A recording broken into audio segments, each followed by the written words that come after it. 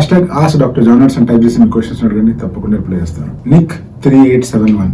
Hi sir, నేను hair transplant చేయించుకుని 2 weeks అవుతుంది. నాకు ట్రాన్స్ప్లాంటెడ్ ఏరియాలో బంప్ లాగా వచ్చింది. నేను ఐస్ పెట్టాను, స్కిన్ టైట్ అయింది, బట్ పెయిన్ తగ్గలేదు, ఇంకా బంప్ లాగే ఉంది. ప్లీజ్ మీకే వీడియో సార్. మీకు హెయిర్ ట్రాన్స్ప్లాంటేషన్ జరిగిన మొదటి రోజు నుంచి సంవత్సరం వరకు మీ హెయిర్ ట్రాన్స్ప్లాంటేషన్ టీమ్ తో టచ్ లో ఉండడం చాలా అవసరం. ఇప్పుడు మీరు అంటున్నది ఏంటి అంటే 2 వారాలు అయింది మీకు హెయిర్ ట్రాన్స్ప్లాంటేషన్ జరిగి, అండ్ మీ తల మీద చిన్న బంప్ లాగా కనిపిస్తుంది అని. అలా ఉబ్బెత్తుగా వచ్చి ఆ ఏరియాలో పెయిన్ వస్తుంటే మీరు దాని మీద ఐస్ పెట్టారు. ఐస్ పెట్టిన తర్వాత అది కొంచెం టైట్ అయింది, బట్ పెయిన్ అలాగే ఉంది అని.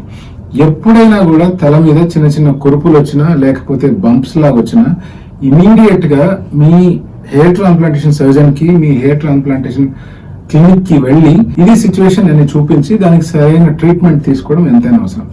యూజువల్ గా ఇటువంటి బంప్స్ గానీ పస్టుల్స్ గానీ రావు, బట్ ఒకవేళ డస్ట్ పడడం వలనో లేకపోతే మీరు మాటికి దాన్ని ముట్టుకోవడం వలనో ఇంకేదైనా కారణం వల్ల అక్కడ చీము చేరడం లేదా రక్తం గడ్డగట్టడం వలనో అలా బంప్ లాగా తయారయ్యే అవకాశం ఉంది.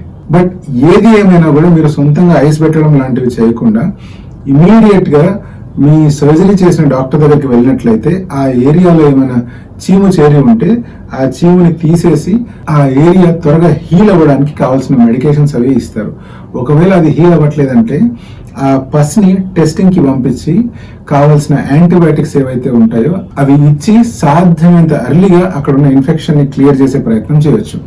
ఈ ఇన్ఫెక్షన్ ని కనుక మీరు నెగ్లెక్ట్ చేశారనుకోండి, అటువంటి సిచ్యువేషన్ లో ఆ ఏరియాలో ఇంప్లాంట్ చేసిన హెయిర్ మాత్రమే కాకుండా ఏవైనా సొంత హెయిర్ ఉంటే అవి కూడా పూర్తిగా పర్మనెంట్ గా లాస్ అయ్యే అవకాశం ఉంది. అందుకనే మీ స్కాల్ప్ మీద ట్రాన్స్ప్లాంట్ జరిగినా ట్రాన్స్ప్లాంట్ జరగకున్నా స్కాల్ప్ మీద కనుక చిన్ని బంప్స్ కానీ లేకపోతే పస్టికల్స్ కానీ వచ్చినప్పుడు ఏమాత్రం నెగ్లెక్ట్ చేయకుండా ఇమీడియట్ గా మీ డెర్మటాలజిస్ట్ దృష్టికి దీన్ని తీసుకెళ్ళండి.